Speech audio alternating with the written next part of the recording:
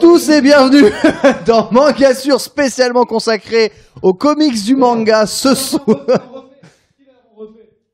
Vas-y Cardel. Vas-y Cardel, on repart.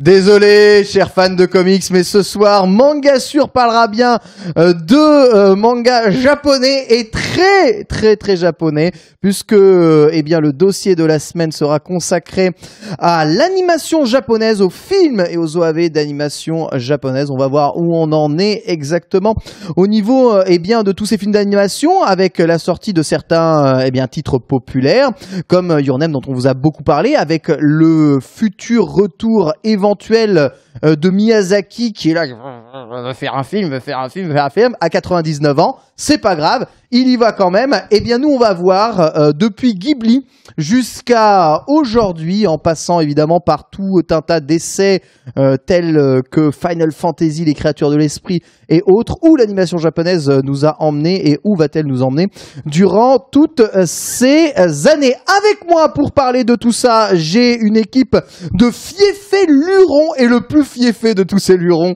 il est quand même ici, c'est Frédéric Go. Comment ça Frédéric? Ça va bien et vous? Ah, la formidable. Forme impeccable. Ouais, j'ai des petits yeux et tout, c'est la fin de semaine. Ah bah on t'a donné un canapé juste pour toi. Ouais, c'est mon canapé. Comme dirait Karaté, c'est mon canapé. Très bien. À ma gauche, Joyper est avec nous. Ça va, Joyper? Ça va, toujours là pour remplacer. J'ai vu le dernier Manga Sur, là, où vous êtes tous installés. Vous êtes mis bien, en fait, sans moi. Ouais. J'espère que... On s'est mis mieux, même. On s'est mis mieux, hein, ouais. On s'est mis mieux. J'espère, en tout cas, eh bien, que je vais continuer le merveilleux travail de Frédéric Lu ici avec vous. Et tout à ma gauche, évidemment, l'indétrônable Fumble de IGN France, toujours à la pointe de la news sur les mangas et les animés. Et il y en avait changé de poste cette semaine. Comment? Il a changé de poste. Oui, il est devenu rédacteur en chef de jeuxvideo.com. Tout à fait. Rédacteur en chef de jeuxvideo.com. Incident diplomatique en direct. Le seul, l'unique, il est là. Et eh bien, ce soir, avec vous, donc on va parler des animés, on va dire des longs métrages animés dans le cinéma japonais. Mais avant ça, on commence par la classique partie news. Deux premières parties. C'est parti, mon petit Cardel. Jingle news. Oh là là, quel talent, mais quel talent. Mais quel talent. Un talent incroyable. Merci, mon très cher Cardel. Aujourd'hui et cette semaine, dans les news, c'est passé pas mal de petits trucs et on est allé vous fouiller énormément de choses. On a aussi pas mal de bouquins à vous parler. C'est toi, Fumble, qui va nous parler de ce que tu as trouvé du coup cette semaine comme petite news fraîche. Ok, alors qu'est-ce que j'ai cette semaine? Vous connaissez Akame ga Kill, je suppose? Akame Red Ice Swords en français. Enfin en anglais, mais c'est français. Le prochain manga a été teasé par l'auteur dans la dernière page du dernier tome du spin-off Red Ice Sword Zero. Voilà, c'est pas celui-là, c'est le 6e au Japon. Donc il a montré le dessin de ce qui nous attend pour la suite. C'est Inoue ga Yuku. Alors aussi, on peut remettre le premier dessin. On voit que c'est qu'est-ce qui nous tease exactement? Unifier un monde chaotique partagé par des seigneurs de guerre avec des filles avec des sabres, hein, comme d'habitude. Des filles avec des sabres. Dont une qui ressemble beaucoup à Akame, mais je pense pas que ça soit la même en fait. Ça ressemble un petit peu, mais je suis pas sûr que ce soit la même chose. Le contexte a l'air d'être... c'est pas le même univers. Je crois pas, non, on sait pas, hein, vraiment on sait pas. Ils ont tellement tout pété dans le premier Voilà, je suis pas sûr qu'il reste grand chose. Hein. J'en doute, ça ressemble un peu à l'idée d'unifier le Japon, donc un petit peu un truc historique fictif, peut-être. Voilà, donc le prochain manga de Takahiro, voilà, en scénariste. Par contre, ça sera pas le même dessinateur que les autres, ça sera pas le même dessinateur qui s'appelle mais le dessin ressemble beaucoup, c'est bizarre ça, non? Oh peut-être qu'il s'adapte à c'est un jeune auteur, mais peut-être c'est peut-être un assistant. Genre tu regardes un peu genre One Piece et Fairy Tail, t'avais des points, des traits et en fait c'est parce que celui qui dessinait Fairy Tail était assistant de One Piece. Donc des fois t'as des styles qui sont assez ressemblants. D'accord, ok. Et ok. Voilà. Très bon, c'est juste un teaser pour l'instant, on en saura plus bientôt, je suppose. Tu me parles de Fairy Tail, on n'a pas une news sur Fairy Tail justement à passer. Il n'y a pas quelque chose qui est passé là justement. C'est bientôt la fin. C'est bientôt la fin. Ouais. C'est ce qu'il dit. C'est ce qu'il dit. C'est bientôt la fin. C'est ce qu'on a dit sur Gen. En fait, ils disent sur l'introduction de la page officielle du film qui va sortir en août que l'histoire du manga est déjà dans son arc final. Voilà. Là, ils peuvent plus rien faire. Là, ils ont déjà fait l'arc. Ils ont tout viré. Il reste plus. Là, ils doivent rester 20 chapitres. Clairement, voilà. Il doit rester 10 chapitres à tout péter. Ah ouais. Déjà dans l'arc actuel et donc l'arc a priori final et puis le contenu montre que c'est probablement vrai. Après, il va savoir s'il va pas y avoir des spin-offs. C'est Fleuve Fairy Tail, très populaire d'ailleurs en France, le manga Fairy Tail. 10 ans, hein. Ça a 10 ans. Combien de volumes d'après vous? Je sais pas. Il y en a beaucoup 59. Il y a pas beaucoup de chapitres, il y a 500 chapitres quasiment. Le compte est bon. Il y en a 57 en France. Il y en a 57 en France. Ah ouais, non, en effet, c'était. Chez Pika. C'est quand même ça. Est-ce que tu sais si l'auteur est déjà parti ou va faire quelque chose ou prolonger borutesquement son œuvre, j'ai envie de dire? Je sais pas si c'est le genre à faire des spin-offs après coup. Il y a au moins 4 ou 5 spin-offs de Fairy Tail. Oui, il y a actuel, mais après la fin de son manga, est-ce qu'il fait des spin-offs après? On sait bien, il faudra faire ou de l'argent. Une nouvelle génération. Une strat, tu vois. Ouais, mais c'est pas la première fois qu'il repart normalement, depuis il lui reste un nom à utiliser parce que tous ces personnages principaux ont le nom d'une saison. D'une saison. Il a fait Haru, il a fait Natsu, il a fait Aki, et il manque Fuyu. Pour la conclusion, peut-être. Ça, je sais pas. Très bien. Il faudrait déjà que ça soit annoncé officiellement. Fuyu, c'est lequel? C'est l'hiver. D'accord, ok. Très bien. Ah bah oui, Fuyu, c'est l'hiver, d'accord. Bah oui, c'est vrai, en plus. Et bon, l'annonce a provoqué saison 3, Fairy Tail, 30% de désarroi et 70% de joie parmi la communauté. D'accord, très bien. On continue du coup avec Génocidal. Alors, Génocidal Organ, c'est un film qui fait partie d'une trilogie qui est la trilogie du Project Ito, qui a commencé en 2015. Il y a 2 films qui sont sortis déjà, qui sont dispo chez All the Anime. Elle est rigolote cette image, c'est moi je suis ici, donc j'ai pas vu, je vois le mec lever la main, je me dis c'est un nazi, je me lève pour regarder toute l'image et il voit l'armée US comme ça. Zut, non, ça n'est pas un nazi. C'est un serment, c'est pas une quenelle. Zut. Et voilà, là c'est un nazi, merci Carmel. On est d'accord, là c'est un nazi.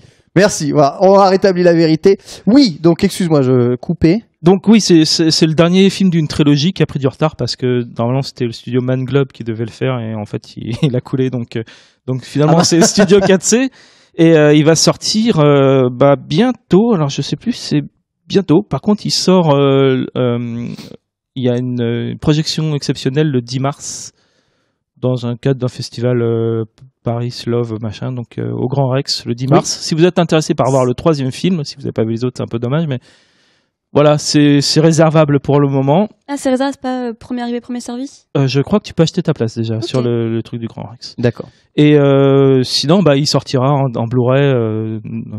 T'as vu les collection 2 autres, de Non, je les ai pas vus. Ils sont pas super bien notés sur Sens Critique. Oh, ok. Les 2 autres, c'est The Empire of Corpses et Harmony. Voilà. Il paraît que c'est un peu trop vague, un peu trop mystique, sans explication. Bon, après, chacun se fera son opinion. Très bien, on enchaîne avec un nouveau trailer de Mary and the Witchflower. Oui, ça c'est. Qu'est-ce que c'est cette série? C'est un film, c'est un nouveau film du studio Ponok c'était fondé par les vétérans de Ghibli. Qui en avaient marre que Miyazaki soit en retraite. Donc, Attends. Ah oui, d'accord. Donc alors, les mecs qui en avaient marre que Miyazaki soit en retraite ont quitté Ghibli pour fonder un studio. Ils ont fondé un studio et ils ont fait donc Marie et la fleur de la sorcière en français, mais c'est pas le nom officiel. Et c'est du pur Ghibli, en gros. T'as l'impression qu'ils ont mélangé Laputa, Kiki la petite sorcière et Chihiro. Ah oui, en effet, oui. Voilà. C'est le style de Arrietty, et aussi, c'est le réalisateur d'Arietti. Voilà. Donc, mais il y a d'autres vétérans. Il y a le scénariste de la princesse Kaguya, par exemple. Bon, ça a l'air magnifique. Faut le voir en mouvement, bien sûr. Mais c'est du pur Ghibli et ça va permettre de renouveler, enfin de faire un studio en plus. Sur le marché pour du long métrage type Ghibli, quoi. Ça justement on va en reparler. On va en parler beaucoup en deuxième partie de ces splits avec tous ces studios Ghibli sans être Ghibli. Et on continue donc avec la suite. Encore un nouveau trailer? C'est quoi? Oui, c'est encore un nouveau trailer. Miyazaki, Otome. Oui, c'est toujours mon coup de cœur permanent, c'est Masaaki Yuasa, j'en ai déjà parlé. Masaaki Yuasa. Donc il faisait une nouvelle adaptation d'une autre œuvre du même mec qui a fait de Tatami Galaxy, qui était une série de dingue. Et là, il a sorti un nouveau trailer, donc je pouvais pas m'empêcher de montrer quelques images tu baves dessus. Hein. Yoluwa T'aimes bien, hein? Miji, j'adore son style. C'est un mec complètement fou, dingue. Son animation est fantastique. Il adore les déformations. Moi, visuellement, j'adore ce genre de patte-là. Il faut le voir. Après, est-ce que c'est pas... Tout ce qu'il fait, il faut voir tout ce qu'il fait, parce que c'est génial. C'est pas juste dans le délire visuel, il y a un fond quand même dans tout ça. Oui, par exemple, quand il a fait Kaiba, le Kaiba, c'était mon coup de cœur précédent, et c'est merveilleux. D'accord. C'est aussi complètement dingue en général, mais quand il va dans l'émotion, ça peut être vraiment fantastique. Et là, je sais pas exactement ce que ça va être, mais c'est toujours à suivre, quoi, parce que c'est soit de la bonne humeur, soit touchant, soit juste t'en prends plein les yeux, ou tout ensemble, mais c'est... Alors ça, je sais pas, ça sort le 7 avril normalement, je sais pas exactement quand est-ce qu'on va l'avoir en France et comment, mais de toute façon, voilà, je vous préviendrai dès que je le saurai. Okay. Alors, apparemment, le chat veut le titre. Vous êtes dur, hein. Vas-y. Ouais, le titre, c'est dur. C'est Yoruwa Mijikashi Harukeyo Otome. Voilà, en gros, ça veut dire la nuit est longue, alors marche, princesse. Cette voix douce et sensuelle. Tu sais quoi, tu devrais me l'écrire en hiragana. J'aurais moins de mal à le lire. Franchement, Romanji, c'est un enfer. J'y penserai la prochaine fois. Franchement, t'exagères. Si c'est Mangassu, on parle de trucs japonais. Tu m'écris ça en romanji, on comprend rien. C'est imprononçable. Oui, mais enfin, je te mets du katakana, alors au moins. Mets-moi du katakana. On sera bien, on sera très très bien. Et on termine avec l'adaptation de Blame. Ah, il y a ça aussi. Oh là là, putain, il y a trop de trucs. Mais ouais, tu m'as... c'est l'adaptation qui est faite par le réalisateur de Hajin. Ouais. Si vous allez voir le nouveau trailer qui vient de sortir, il est sur le YouTube de Toho Animation, je crois, si je ne me trompe pas. Non, de King Record, parce qu'en fait, il présente la musique. Ok. Ouais. Et c'est le manga Blame, donc c'est du post-apo très sombre dans un univers où les machines ont pris le contrôle. Enfin, elles sont folles, et puis voilà, les mecs essaient de survivre, la base. C'est le réalisateur d'Ajin, donc c'est à peu près le même style que le dessin animé, mais probablement avec plus de moyens. Donc un petit peu de cel shading, c'est de la 3D, ça. Hein. De 3D, oui, ça c'est de la 3D. Ouais. La 3D bien faite. Oui, cel shading forcément bien fait. Non, mais là, avec ce réalisateur-là, oui, c'est propre, c'est pas surexploité, c'est très très bien. Voilà. Exemple au hasard, Berserk, Inertie 9.0 là. Si vous vous intéressez à Berserk, j'en profite pour parler dans Mangassu, il y a Silent J qui a release le test du jeu. Il paraît que c'est moyen. Berserk Mousseau sur jeuxvideo.com c'est bien. C'est un mousseau. D'accord. Donc, tu débranches le cerveau et tu fais fla. Voilà. Ce qui correspond vachement bien à Berserk. Hein, oui, c'est vrai. C'est ça que ça colle au genre. Hein. C'est vrai. Bon, le jeu prend 14. Merci. Donc le jeu prend 14 sur jeuxvideo.com. Oui. Ne l'achetez pas. Non, c'est. Soyons safe. C'est un jeu a fortiori qui est un jeu. Le mousseau, quoi. Si on aime Berserk. Donc, voilà. Et donc pour Blame, ça sort normalement en salle au Japon le 20, mais en fait ça sort sur Netflix, mais je ne suis pas exactement sûr de la date. Donc si vous avez Netflix, surveillez. Je ne sais pas si ça sort en même temps le 20, comme ils aiment faire sur Netflix, c'est une sortie générale, ou peut-être après, je ne sais pas. On verra. Très bien. Eh bien, merci mon très cher Fumble. Beaucoup de choses à bientôt aller voir ou aller voir immédiatement. C'est vrai qu'on va beaucoup se concentrer de toute façon dans les animés ici. Mais je voulais un peu de fraîcheur dans ces news. Du coup, on va parler de figurines. Vous savez qu'en Mangassu, on parle bien sûr d'animés, de manga et aussi de figurines. Et là, en plus, il y en a des biens qui sortent. Donc, c'est mon Points Baby One. On devrait avoir un petit Points Baby One. Si vous ne connaissez pas ce Baby One, c'est le webmaster de Gamecult, un site qui n'est pas concurrent de jeuxvideo.com, selon Christophe Henner. Je vous le rappelle. Ça l'arrange. Donc on a le droit de citer Gamecult. Voilà, donc c'est le point un peu Peggy 16. Mais voilà, donc nouvelle figurine Pop. Alors Pop, c'est les portraits of Pirates de Khalifa. Khalifa, c'est on va dire la sadomaso du CP9 l'arc Water 7. Et voilà, exactement, c'est tout à fait ça, c'est tout à fait elle. Et elle fait partie de la 4e ou 5e figurine de la même série qui sort, série qui, on va dire, illustre les personnages de One Piece en maillot de bain. Avec un maillot de bain ici tout à fait à sa taille. Comme vous pouvez le voir, la figurine coûte environ 80 € et sortira bientôt, mais vous avez des tas d'autres figurines qui sont disponibles dans la même catégorie. Ici, Boa Hancock, qui a visiblement une machine assez défectueuse, mais aussi Boa Hancock à la plage, car il faut quand même aussi en profiter. Et le meilleur de tous, quand même, Bon Clé Sama, dans son costume de bagnard. Voilà, il est ici. On a aussi, évidemment, comment ça ? Merde, j'ai oublié le nom de ce personnage-là, parce qu'à force, les cheveux, c'est un... Oui, c'est Vivi, voilà, exactement. C'est Vivi. C'est vrai que vu comme ça, c'est une princesse respectable. Donc on ne sait pas quel photographe a pu sculpter son corps, mais rappelez-vous, à la fin de l'arc dans le sable à One Piece, il y a quand même le roi lui-même qui essaye de mater dans le bain des filles par le salaud. Par le haut. Il est dégueulasse. En plus, il y a sa fille ici.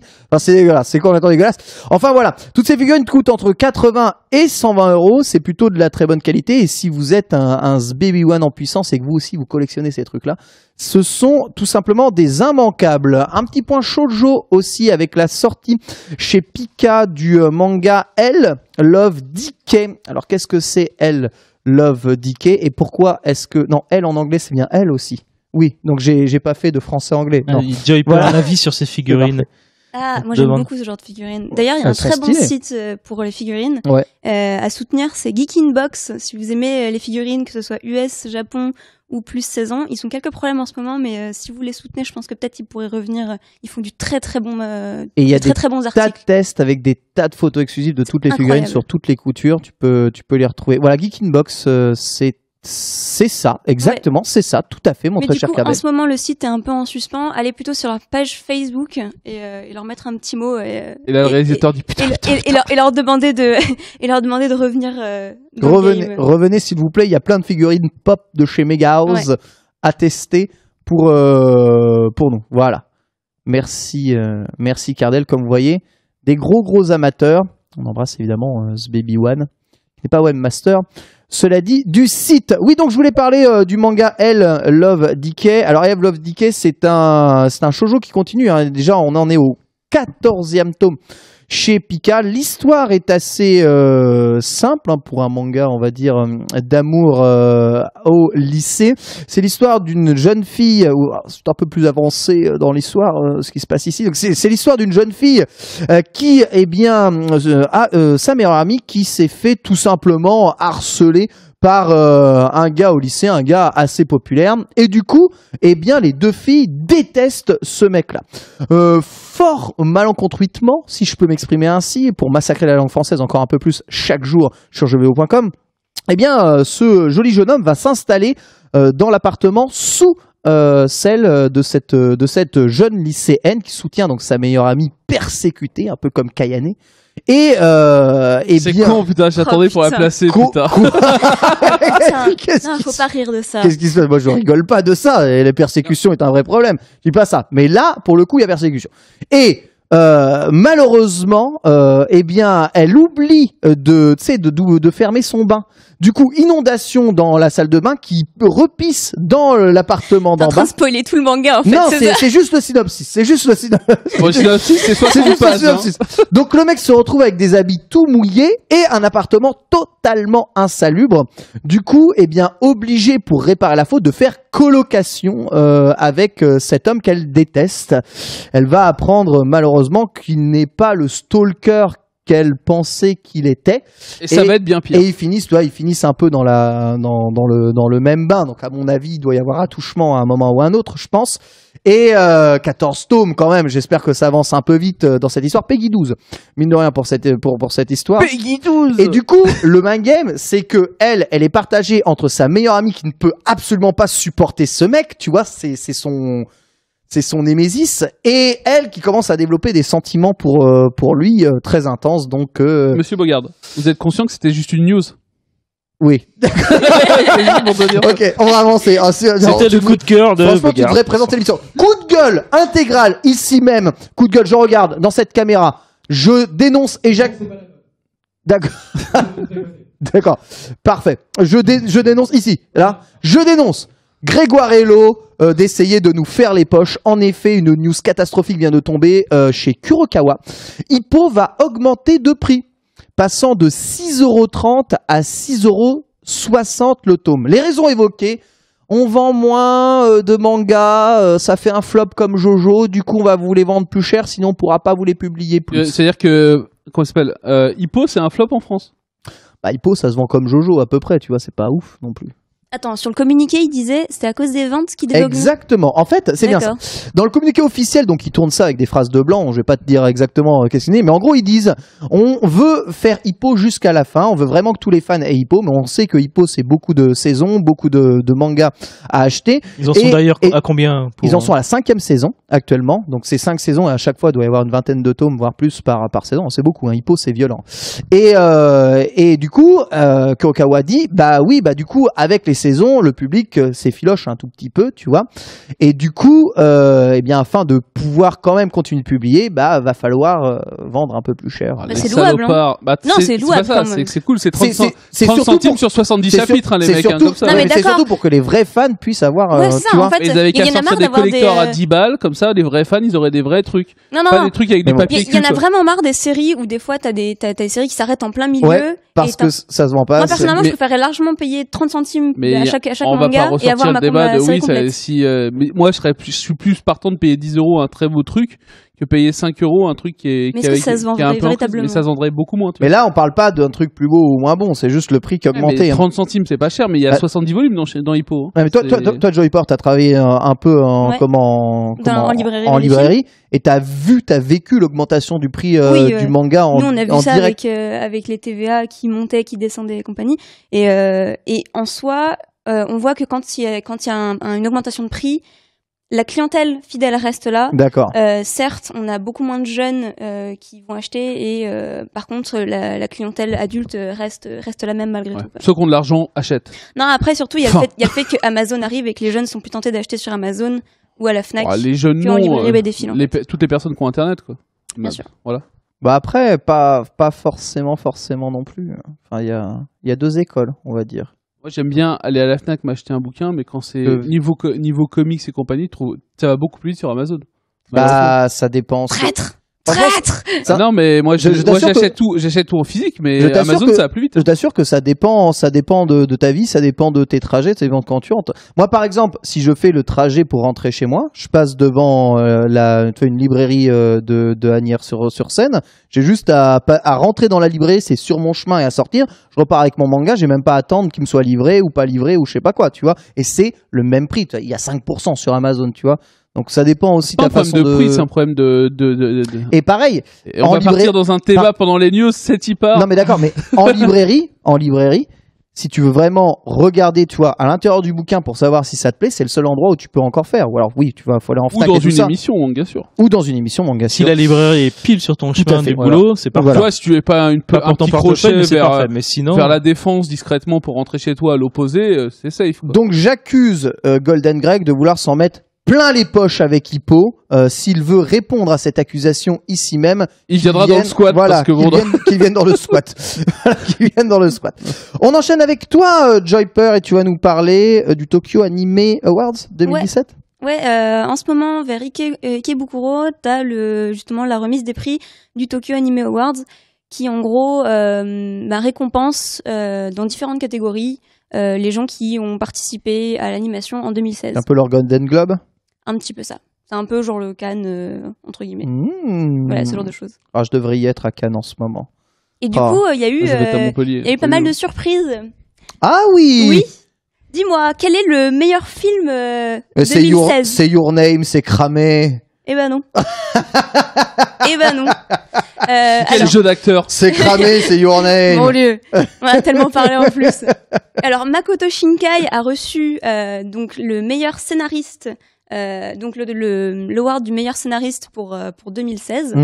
Mais le meilleur film, donc voilà, meilleur réalisateur. Donc ceux qui ne connaissent pas Makoto Shinkai, donc c'est bien lui qui a fait Your Name, mais il a fait aussi 5 cm par seconde et d'autres animations qui sont très bien, mais on en reparlera un peu plus tard dans l'émission. Sinon, il y a eu d'autres awards, comme, dis-moi, Cardel. Fais-moi la surprise. Quel est celui que tu veux. Défi. Voilà, meilleur animateur 2016, Tadashi Hiramatsu. Du coup, oui, Witch Hunter Robin, mais surtout Yuri on Ice. Ouais, attends, l'animation de Yuri, elle est affreuse, hein. Et pourtant, il a reçu un award. Mais un award pour avoir oublié des morceaux dans l'animation, on est d'accord? Non, en fait, tu as fait la critique de Yuri on Ice ici même dans Mangasure. Tout vu. Oui. J'ai mouru, tu vois. Non, c'est faux. Je répète ce que tu as dit dans Mangasure, je m'en souviens très bien. Il y a des passages où l'animation est horrible et des passages où on a l'impression qu'ils ont tout claqué. Mais tu vois ce que je veux dire? Mais ce que je veux dire, c'est que c'est l'animateur de l'année sur 3 secondes par épisode, quoi. Voilà, et il a vendu sa mère. Au début de la série, sur les premiers épisodes, l'animation est vraiment incroyable, vraiment magnifique. Et il y a un moment où on sent la transition et on se dit, ils ont tout claqué dans les premiers épisodes et c'est fini, quoi. Et du coup, donc Yuri on Ice, qui lui a été élu donc meilleure animation de l'année, meilleur anime de l'année. Et choix du public, il a explosé au niveau des votes. C'est le nouveau Free aussi, c'est triché au Japon. Ils pètent les plombs avec ça. Pas tant que ça. Pas tant que ça, non, pas tant que ça. Pas tant que ça, pas tant que ça. Merci, ça a l'air de se mettre bien. Je l'ai un peu fait exprès, c'est vrai. On dirait Nio, regarde. Ouais, mais Nio en blond. Nio en blond réveillé, il y a beaucoup de similitudes, quoi. Je veux voir Nio faire du patin à glace. Mais du coup, c'est pas fini. Il y a eu d'autres awards. Alors le suivant, mon très cher Cardel. Comme tu veux, voilà. Meilleur auteur. Et du coup, donc, on arrive sur Reiko Yoshida, qui du coup a été meilleur auteur scénariste et qui est aussi scénariste du fameux meilleur film de l'année 2016, qui est A Silent Voice. Ok. Qui n'est pas sorti encore en France, mais qui va sortir. Et l'histoire, en fait, c'est une histoire d'amitié entre une sourde et un jeune homme qui l'avait harcelé quand ils étaient jeunes et qui veut un peu se racheter. Et ça a été vraiment... Et c'est devant Your Name. Et on peut plus du harcèlement. Mais c'est surtout la scénariste de Kyun. Mais quoi, elle a scénarisé quoi exactement? Scénariste de Kayon et script de Girls Unpanzer que je trouve incroyable. La vraie question, c'est qu'elle a rien fait en 2016 à part le film. C'est pour le film qu'elle a récompensé. Parce que mais tu vois, on va pas mettre sérieusement ce film-là. Et du coup, le vainqueur. Et du coup, il y a aussi genre meilleur compositeur. Ah oui, bien sûr, pour la musique. Oui. Alors ça, par contre, les deux, je ne les connais pas du tout. S'il y a des gens dans le chat qui connaissent Cabaneri of the Iron Fortress. Cabaneri, c'est Wit Studios, c'est ceux qu'on fait Attack on Titan. Ils ont fait un truc qui est sympa, qui est dispo sur attention, il va y avoir Amazon des morts Premium. C'est bien. C'est un truc de zombie, steampunk. C'est un truc de fantasy steampunk, dans le médiéval, et le scénario il part en alors la musique c'est un peu du même style que Attack on Titan pour l'intro. Ils ont essayé de faire un truc commercial là-dessus, c'est vraiment pas mal dessiné, mais c'est nul. C'est pas, tu vois, genre la chute, c'est tu vas pour un scénario. Mais la musique est bien. La musique est bien. Et c'est le même style. La musique est trouvée sur Netflix aussi. Et je connais que le manga. J'ai pas trop regardé j'ai vu les épisodes. La musique m'a pas forcément. J'ai regardé l'animé, j'ai pas été particulièrement bousculé. Il y a le générique que j'ai trouvé vraiment cool, mais après, voilà. Ok. Et on a donc un deuxième compositeur, c'est ça? Non, on a il me semble qu'il y a un dernier, c'est meilleur. Putain. Cardel. Oui, c'est au niveau des décors et des couleurs. Voilà, meilleure direction artistique. Évidemment. Du coup, point Jojo. Point Jojo, bien sûr, point Jojo. Voilà, Shunichiro Yoshihara qui est impossible à trouver une photo de lui. Invisible. Cet homme possède un stand. Vous savez qu'aujourd'hui, on peut trouver des photos de quasiment n'importe qui sur le net. C'est Big Ben. Et lui, il est impossible à trouver. C'est comme 3 Alors que le mec, et tu vois, il est récompensé et tout. Il est, tu vois, c'est... mais il a fait la DA Attack of Titan, ça doit être le film, je suppose, 2017 Non, c'est la saison 2. Ah merde, il travaille sur la DA de la saison 2. Voilà, en fait, la saison 2 sort en 2017 et il a bossé dessus. Il va bosser dessus. Directeur artistique sur Bacon, et surtout celui qui a fait toutes les décors et la direction artistique de Jojo, Diamond is Unbreakable, la saison 4. D'accord, donc il n'y avait pas de New Jojo, mais on a quand même une New Jojo. Bah évidemment. Bah en fait, il me semble que Jojo Diamond c'est fini. C'est 2016. Ouais, c'est fini. Et du coup, c'est lui qui a participé. Et c'est pour cette série-là qu'il a eu, en plus de Bakuon, il a eu son award. Tout à fait. D'ailleurs, merci Jojo. Mais vous avez vu que je vous ai même pas saoulé avec la fin justement de Diamond is Unbreakable. Je vous ai rien dit. J'ai même rien dit du tout. Ouais. Trunks annonce en direct que Karaté a été viré. Bon. Oui, en même temps, il doit travailler ici et il va faire des jeux rétro à Cannes. Donc, à un moment, faut virer les gens. Kaoru, toi qui es encore bien en CDI ici, tu vas nous parler d'un manga que tu as reçu. Grâce à Kiyun, notre sponsor, nous avons reçu Reine d'Égypte qui est arrivé avec son petit papyrus. Regardez le papyrus, Fumble Papyrus. Voilà, le Fumble Sponsor Papyrus. Et le truc, c'est que c'est l'histoire d'une reine égyptienne. Est-ce que c'est Cléopâtre? Ah non, c'est pas du tout. Non. C'est une reine égyptienne qui a un garçon manqué qui doit épouser son demi-frère, parce que bien sûr on est en Égypte, il faut que ça soit un peu sain.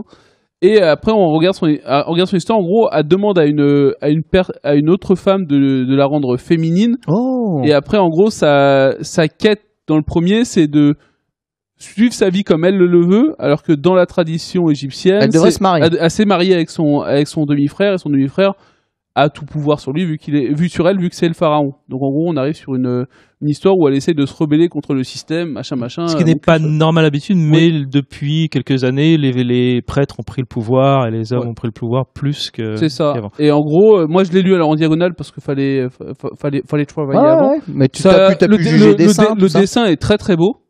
L'histoire, pour l'instant, c'est pas ma tasse de thé, hein, parce que pas marqué CNN, violence ou hentai. Donc on sait, c'est pour ça que je te l'ai fait lire à toi, K.O. Mais grâce à Ken Bogard, j'ai trouvé 2-3 images intéressantes. Hein, je peux pas vous les montrer. Il y a du style HBO dedans. Mais ouais, c'est franchement ça ressemble plus à un peu en mode Game of Thrones, ouais, dans l'idée comment ils réfléchissent vis-à-vis des persos.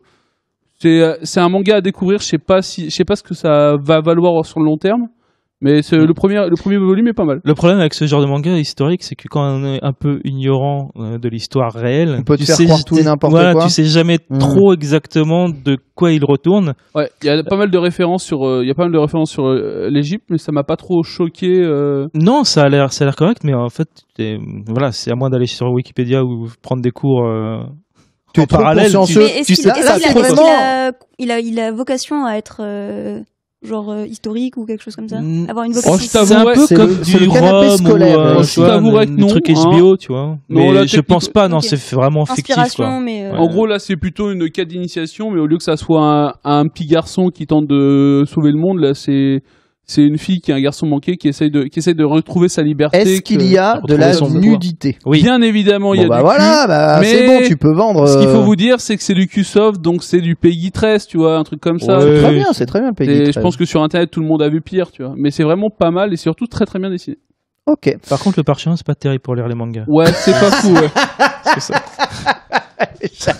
On sait pourquoi ça a disparu en fait. Eh bien, c'est sur cette révélation que nous allons marquer une première pause et nous retrouver en deuxième partie pour parler des longs métrages d'animation japonais de Ghibli à Bigli. Quels sont les studios qui vous ont marqué et qui ont fait l'histoire aujourd'hui de l'animation japonaise? Quels sont vos films d'animation préférés? On va décortiquer tout ça dans un gros dossier qui continuera les 2 prochaines parties pour terminer très rapidement par nos coups de cœur en fin d'émission. Petite pause pub et on se retrouve tout de suite après. À tout de suite. Un groupe de terroristes vient de voler une mystérieuse arme biologique et prend un lycée en otage. Pour asservir ses prisonniers, leur leader, une femme appelée Ozuki, monte les élèves les uns contre les autres. Mais la situation dérape quand elle fait usage de l'arme biologique et répand le virus dans l'établissement, sans espoir de traitement. Mais que cache cette brusque prise d'otage? Découvrez-le dans Lockdown, un thriller gore et sans pitié des éditions Kiyun. Retrouvez également Darwin's Game, un thriller urbain 2.0.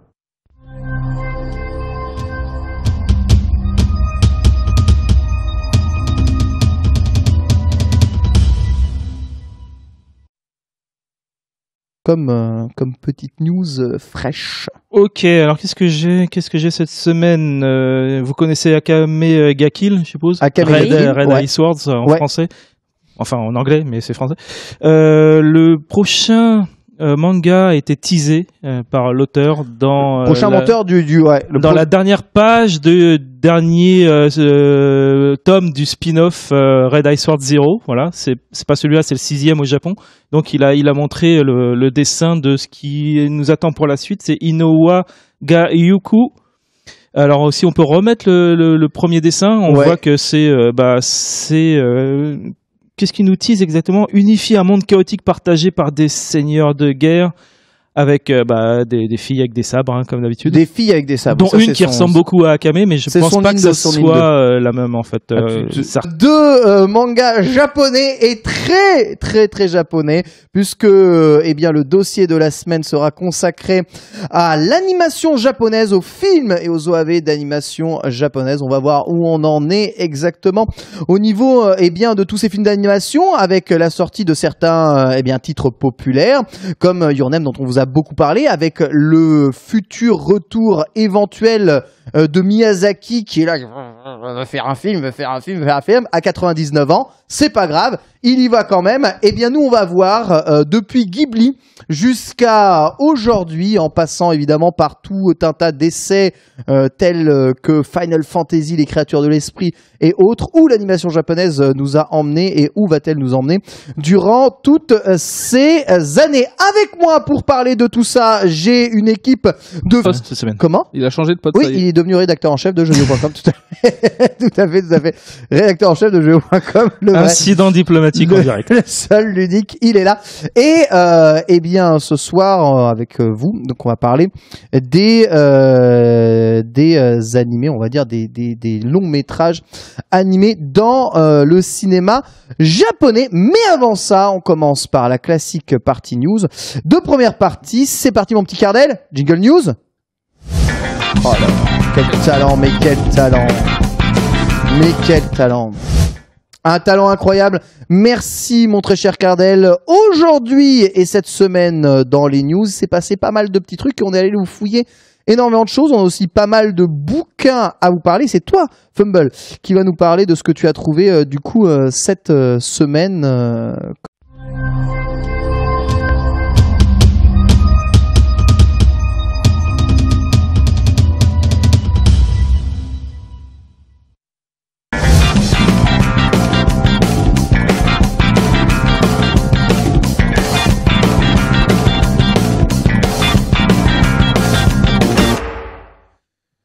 Bonjour à tous et bienvenue dans Mangasur, spécialement consacré aux comics du manga ce soir. Vas-y Cardel. Vas-y Cardel, on repart.